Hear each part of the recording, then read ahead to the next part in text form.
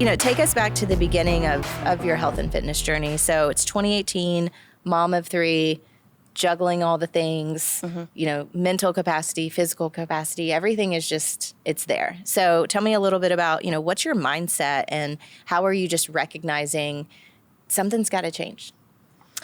I was actually in Greece on a vacation with my husband. Nice. And I got a text from the owner of the gym where I was working out, and he said, "We're closing as of tomorrow." Oh. And I was like, okay, great. And I was somebody that had to work out every day just for my mental health. It just set my day.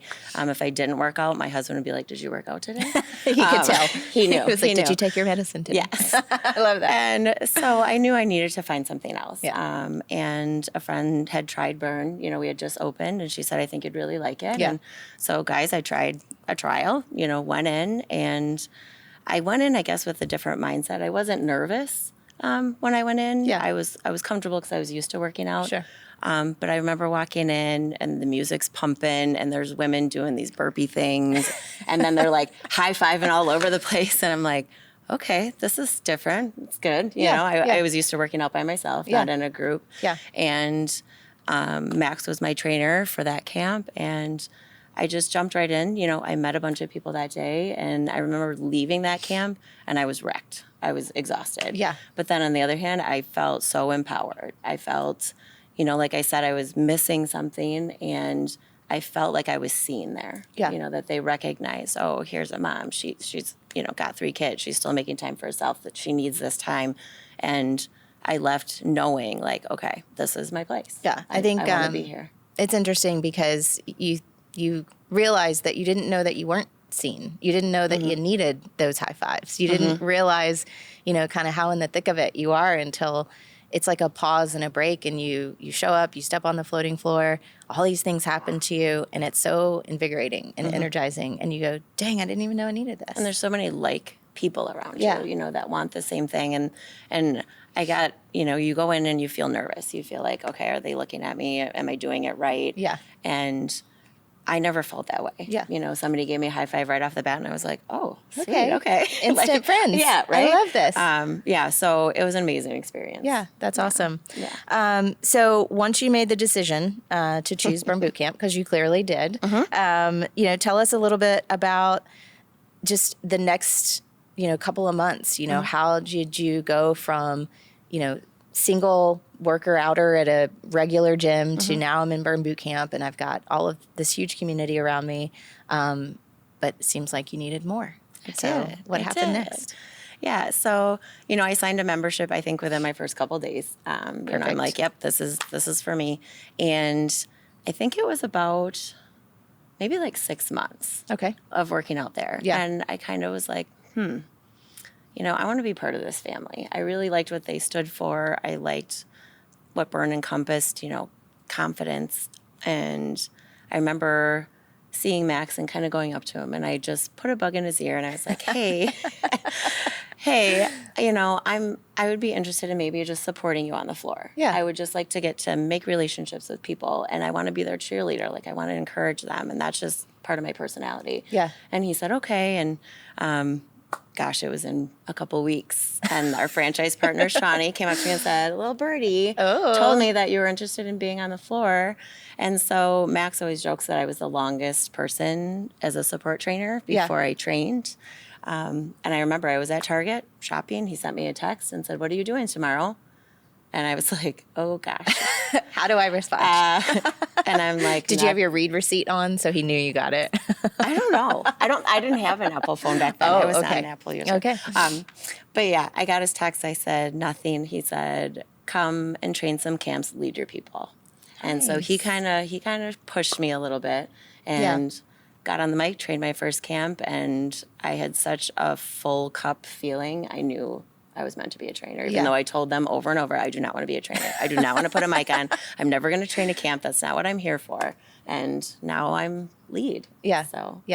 So tie that a little bit for me into your why, because it's almost, I think we have a habit of sometimes resisting the things that we know are really good for us. And it sounds like you did that for just a little bit. It was kind of like, man, this community is amazing. Max is supporting me. I'm really enjoying it.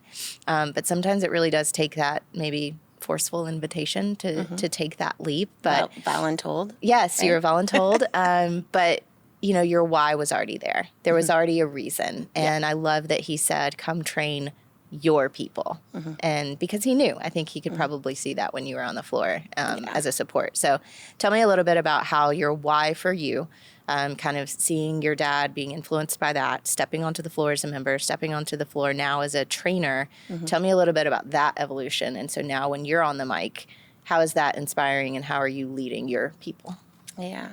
So we always ask our members, especially our day ones that come in, what's your why? Why are you here? Why did you walk in the door? Yeah. And I tell them all the time, we're not going to be motivated to work out every day. Yeah. We have to have that discipline. And if you know your why and you know your reason why you're doing this, you're going to show up every day for yourself. Yeah. And I wanted to continue to show up for my dad.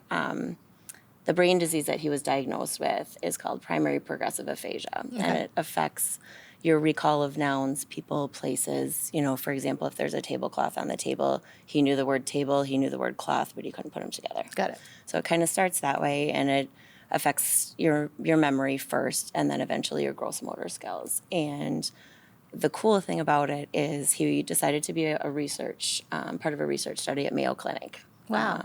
Because it's a very rare brain disease, and we caught it early. Yeah. And so he was studied up there, and one thing they found was that his symptoms of his disease were actually delayed because he was so physically active. Wow.